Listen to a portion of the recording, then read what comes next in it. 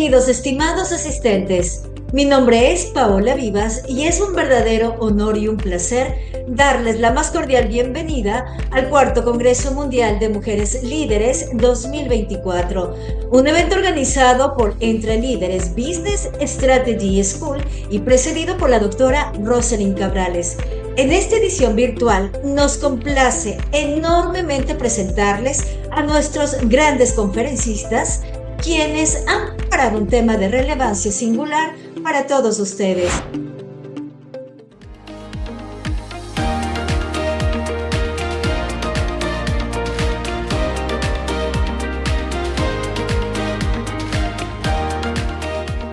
Hola, soy Marta Hernández, directora académica de la Cumbre Mundial de Comunicación Política. Deseo agradecer a Rosalind Cabrales, directora general de Entre Líderes y del Cuarto Congreso Mundial de Mujeres Líderes, que se realizó en la Universidad de Harvard, donde tuve la oportunidad de dar una conferencia magistral presencial. En ese sentido, deseo agradecer también a todo el equipo creativo y académico de Entre Líderes y del Cuarto Congreso Mundial de Mujeres Líderes. Bien, mi conferencia se enmarca en el eje temático que nos ofrece Rosalind Cabrales de política, de mujeres en el poder, de mujeres líderes. El último informe de Latinobarómetro de las Américas plantea que más del 76% de los ciudadanos están descreyendo de los regímenes democráticos, y eso es absolutamente grave porque sabemos cómo la pasan de mal nuestros países hermanos que viven en regímenes totalitarios o en regímenes dictatoriales, ¿no? En ese sentido, tenemos los ejemplos de Cuba, de Venezuela y otros países. Entonces es muy importante nuestra labor como consultores políticos, ¿no? Hay que recordar que en la industria de la consultoría política nosotros no alzamos las banderas de un partido, no militamos políticamente. Nosotros aconsejamos, asesoramos, planteamos estrategias de comunicación y demás para llevar a los ciudadanos, a los candidatos al poder, ¿no? Y luego asesorarles en su comunicación gubernamental cuando ya han ganado las elecciones. En ese sentido, hay países, nuestros países de Latinoamérica siguen siendo absolutamente machistas, con un machismo fuerte, con violencia hacia la mujer, tanto violencia física como violencia sutil, ¿no? Hay violencias sutiles, y esto lo plantea la diputada francesa Léonore Carrois, plantea ejemplos de violencias sutiles, ¿no? Como por ejemplo que las mujeres ganen menos en el mismo cargo que los hombres, en una industria, en el gobierno. Entonces son ejemplos de tipos de violencia sutil. En ese sentido, desde la industria de la consultoría política, promovemos también a la mujer en el poder a reducir la brecha de esa diferencia de género también, de que de la igualdad de oportunidades para hombres y para mujeres en cargos de poder, ¿no? En la industria de la consultoría política. Es muy importante desde la industria de la consultoría política dejar huella y dejar huella editorial. Como dice en latín, verbam volant, scriptam manen, lo verbal vuela, lo escrito se mantiene. Por eso es muy importante motivar a todas las mujeres a todas las mujeres emprendedoras, a todas las mujeres líderes, a dejar esa huella publicando libros, publicando en revistas. En ese sentido, desde la Cumbre Mundial de Comunicación Política, tengo la oportunidad de ser la editora de todos los libros de la Cumbre Mundial de Comunicación Política, y actualmente estoy colaborando con más de 4 revistas en Iberoamérica especializadas en consultoría política, en las cuales pues obviamente hay una apertura a la investigación, a los tanques de pensamiento, a publicar columnas de opinión, a publicar resultados de investigación sobre equidad de género. También el último informe de la Organización de Estados Iberoamericanos también plantea la importancia del cuidado a la mujer en las campañas, el cuidado a esa igualdad política. Por eso, desde la Cumbre Mundial de Comunicación Política, los queremos invitar también a participar en nuestro evento de formación académica, de formación de capacitación en los distintos ejes de la industria, de la consultoría política, como es formarse en campañas electorales, en comunicación gubernamental, en medios, en opinión pública, en joven y política, mujer y política, en cómo prevenir crisis, cómo prevenir escándalos, cómo plantear una estrategia, cómo detectar noticias falsas, todos los ejes que incluyen una campaña electoral y luego una comunicación gubernamental. En ese sentido, tenemos nuestra próxima Cumbre Mundial de Comunicación Política en Miami. Nuestra cumbre la hacemos cada 6 meses en un país diferente. En esta oportunidad la hacemos en Miami en noviembre, donde están todos muy cordialmente invitados. Los invitamos también a que inscriban sus ponencias, a todas las mujeres líderes que inscriban sus ponencias sobre comunicación gubernamental, sobre su liderazgo, sobre lo que ustedes hacen en campañas, sobre lo que ustedes hacen como líderes emergentes. Es muy importante que desde esta industria de los negocios y del liderazgo estemos muy atentos al radar de lo que pasa en nuestros países en cuanto a quienes llegan al poder. ¿Por qué? Porque esas leyes, esos decretos, esas políticas públicas del nuevo gobernante va a afectar también directamente nuestros negocios. Entonces es muy importante el voto, acudir al voto independientemente de que en nuestros países el voto sea o no sea obligatorio. Por ejemplo, en Argentina, en Ecuador, en otros países el voto es obligatorio, mientras que en Colombia y otros países el voto no es obligatorio porque el voto es concebido como en Francia, como un derecho, no como un deber. Entonces, es muy importante hacer uso del voto. Y nuestra Cumbre Mundial de Comunicación Política se va a realizar en noviembre en Miami, luego de las elecciones presidenciales, para analizar cómo fue esa contienda y para tratar de ayudar a todas estas personas que han llegado al poder en alcaldías, gobernaciones, estados y demás, a colaborarles en su comunicación gubernamental, en mejorar su gestión, su rendición de cuentas, sus planes, sus programas, sus proyectos. Entonces, en ese sentido, es muy importante la invitación para todos ustedes a que también inscriban sus ponencias en la Cumbre Mundial de Comunicación Política. Es importante recordarles que nosotros no alzamos las banderas de un partido, no militamos políticamente, nosotros asesoramos independientemente de que sean derechas, centros o izquierdas. En ese sentido, tuve la oportunidad en 2 ocasiones de colaborar en una campaña de Francia, colaborando con la diputada Eleonore Carrois del partido de Emmanuel Macron. Esta diputada ha sido 3 veces elegida. En la primera oportunidad, esas elecciones fueron anuladas. En la primera oportunidad que ella ganó, las elecciones fueron anuladas porque hubo un error en el voto electrónico en Argentina. Ella es elegida por los franceses que viven fuera de Francia en los 33 países de América Latina y el Caribe.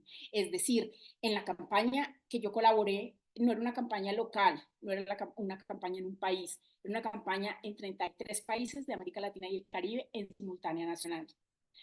Entonces, hubo ese error en el voto electrónico en Argentina y ella duró 9 meses en el cargo como diputada nacional, se suspendieron esas elecciones y llamaron a nuevas elecciones. En esa oportunidad es donde yo entro a la campaña a colaborarle con las comunicaciones y bueno, su candidato de enfrente era el candidato Cristian Rodríguez, la Francia insumisa.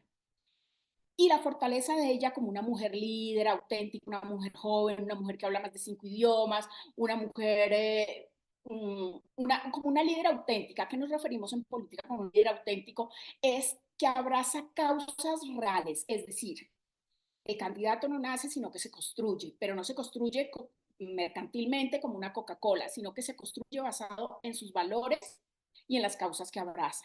¿Y cuáles son las causas que debe abrazar un candidato? Sus fuertes. El fuerte de ella era las relaciones internacionales, la diplomacia, la protección del medio ambiente, el tema diplomático de reducción de trámites de los franceses fuera de Francia para crear empresa, microempresa y poder instalarse en hacer familia y poder ya ser independiente en el país donde estaba. Entonces, en ese sentido, vienen estas segundas elecciones y ella, digamos, nos pide: quiero debatir con el candidato de la Francia insumisa cuando pasan ellos a segunda vuelta. Y el candidato de la Francia insumisa nunca quiso debatir. Yo le conseguí para debatir en Telesur, en CNN, bueno, había varios canales interesados en ese debate. El debate no se dio porque, como les digo, él no quiso debatir porque su fuerte no era la oratoria y su fuerte no eran los temas principales. En esa oportunidad, que fue el año pasado, a principio de año, el 2023 a principio de año, recordemos que Francia estaba incendiada porque había la propuesta del presidente Emmanuel Macron de aumentar la edad pensional de 60 a 64 años. Y en Uruguay nos decían: ay, pero acá aumentaron la edad pensional de 60 a 65 años y nadie dijo nada. Entonces son culturas muy diferentes. Nosotros sabemos que Francia históricamente pues es un país que reclama todo el tiempo sus derechos. Entonces recordemos esas imágenes de la París incendiada, llena de basuras, porque se unieron varios sectores a esas protestas. Y entonces a ella la llamaban mucho de los medios, pero era para preguntarle sobre ese problema porque ella era la candidata oficialista, era la candidata de Emmanuel Macron. Entonces era muy difícil hacer campaña con ese contexto, con esa coyuntura, donde la Francia insumisa en ese sentido tenía todo a favor para poder ganar. Bueno, o sea, se dividieron los 35 países de América Latina y el Caribe para que ella hiciera campaña. Obviamente no pudieron ir todos por tiempo, por presupuesto, porque como fue una campaña típica que les habían cortado su legislación 9 meses, a los 9 meses de gestión por el problema que había habido con el voto electrónico en Argentina, les tocaba retomar la campaña. Entonces lo que hicimos fue dividir.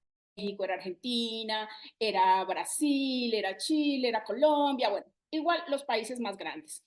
Y obviamente Brasil el fuerte como todo un país continente, México también un país súper grande, entonces eran los países donde ella más demoraba haciendo campaña.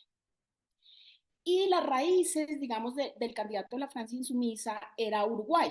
Y ella nunca había ido a Uruguay o en su primera campaña no fue Uruguay. Y nosotros le dijimos, ya que estás acá en Argentina, ya que vienes a Argentina, pues vamos a Uruguay, vamos al territorio del candidato de la Francia insumisa y llegamos allí a explicar tus planes, tus programas y tus propuestas. Y bueno, ella aceptó, así lo hicimos, fuimos un día, un fin de semana, aprovechando que ella está.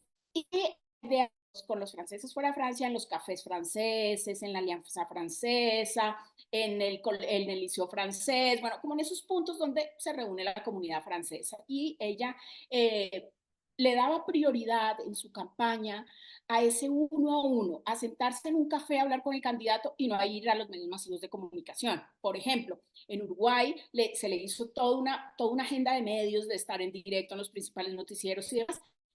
No fue a ninguno. Prefirió ir a los cafés, ir a la Alianza Francesa, ir al Liceo Francés, a reunirse cara a cara con los ciudadanos, ¿no? Y el fuerte de esa campaña es el voto por procuración. Por eso ella, como que los medios casi no, si bien le iba muy bien en los medios, pero ella prefería ese trabajo de territorio, del puerta a puerta, el timbreo, el cara a cara, el tomarse un café con el ciudadano, escuchar sus problemáticas y demás. Porque allá se vota de tres maneras. Se votaba por internet, se votaba por internet, es decir, por correo electrónico, se votaba por mensaje de SMS, que te llega al celular un código y con ese código podías votar. Y se votaba, bueno, ya presencialmente en la Cancillería, en la Embajada, en la Alianza Francesa, en los liceos franceses. Eran como esas tres formas de votar durante toda una semana. Pero el voto principal es ese voto por procuración que era al que ella apostaba. ¿Qué quiere decir el voto por procuración? Que una persona puede votar por 3 personas o por 2 más, su voto propio y 2 votos más. Ese es el voto por procuración, que es como un voto delegado, ¿no? Y bueno, para eso hay toda una legislación de quienes pueden delegar su voto, eso se usa para personas que de pronto están hospitalizadas y no se pueden desplazar o no tienen acceso a internet o no usan internet y demás. Bueno, hay toda una legislación de quiénes son esas personas que pueden delegar su voto, ¿no? Y la idea era que cada ciudadano entonces llevara 3 votos a las urnas, su voto y 2 votos más, era triplicar el voto. Ahí fue, digamos, en lo que se hizo énfasis en la estrategia de campaña. Y en esa oportunidad, pues ella gana con el 63% de los votos, le gana a la Francia insumisa. En la peor crisis de imagen de Emmanuel Macron, cuando la imagen de Emmanuel Macron bajó al 28%, se le gana a la Francia insumisa. Ahora bien, como ustedes saben, hace un mes hubo otra vez un detonante político en Francia, donde hubo mucho movimiento de la extrema derecha y Emmanuel Macron se siente acorralado y lo que hace introspectivamente es disolver nuevamente la asamblea. Entonces, nuevamente todos los diputados a campañas nuevamente, es decir, todos se podían presentar, lo mismo con el problema pasado, se podían presentar los mismos porque el problema no era con los candidatos. Como ustedes saben, hace un mes Emmanuel Macron disolvió la asamblea, los 557 asambleístas y nuevamente a campañas, pero ahora sí fue una campaña más atípica aún, porque ahora sí no hubo tiempo de viajar, de elegir a qué países ir, de hacer campaña presencial, sino que como fue una campaña en menos de un mes, pues obviamente todo tocó virtual, como cuando estábamos en la pandemia. Entonces fue otra vez nuevamente la candidata todo virtual y venía como toda esa ola y todo lo que nos decían los medios masivos de comunicación, que la extrema derecha iba a llegar al poder, ¿no? Que tenía fuerza, que tenía mayoría y que iba a llegar al poder. Entonces Emmanuel Macron dice, vámonos a medirnos cómo corresponde democráticamente, ¿no? Entonces, el las elecciones en Francia, donde nuevamente se reanudó todo el Congreso, pues se vieron que si bien se amplió el abanico de voces en el Congreso, pues obviamente no hubo tal extrema derecha en el poder, quedaron en tercer lugar. En segundo lugar quedó la Francia insumisa, nuestra candidata Eleanor Carra volvió a ganar con el 53% de los votos, y pues la primera fuerza se convirtió en la primera fuerza se convirtió en la Francia insumisa, con varios movimientos de izquierda, como el socialismo y otros movimientos, quedaron con una fuerza importante, quedaron en primer lugar, pero sin obtener, digamos, esa mayoría absoluta en Cámara y Senado, ¿no? Entonces, en estas elecciones, la gran sorpresa fue que no ganó la extrema derecha, que era todo lo que se venía proyectando, digamos, a nivel de encuestas. Así que en ese sentido, pues nuevamente tenemos una mujer en el poder, una mujer líder, joven, auténtica, y en ese sentido era ponerles como un ejemplo de una campaña en la que he podido colaborar, una campaña europea, una campaña en 33 países de América Latina y el Caribe, con una mujer joven, muy bien preparada, que si bien tiene 35 años, estudió en la Sorbona de París, habla 5 idiomas, estudió en la Universidad de Columbia en Nueva York. Es decir, es muy importante. El mensaje final que les dejo es, si bien nuestras constituciones no dicen que nuestros gobernantes deben tener especialización, maestría, doctorado, ser profesionales y tener postdoctorado, los ciudadanos sí se dan cuenta de eso, sí se dan cuenta de la formación, sí se dan cuenta de a quiénes se están llevando al poder, y no hay que subestimar a los ciudadanos.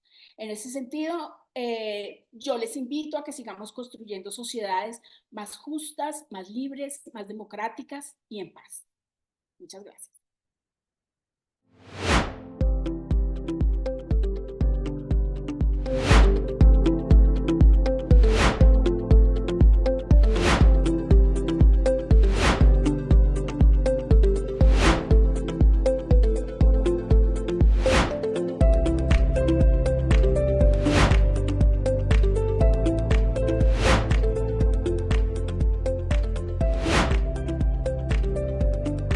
Esperamos que hayan disfrutado de la inspiradora participación de estos grandes conferencistas.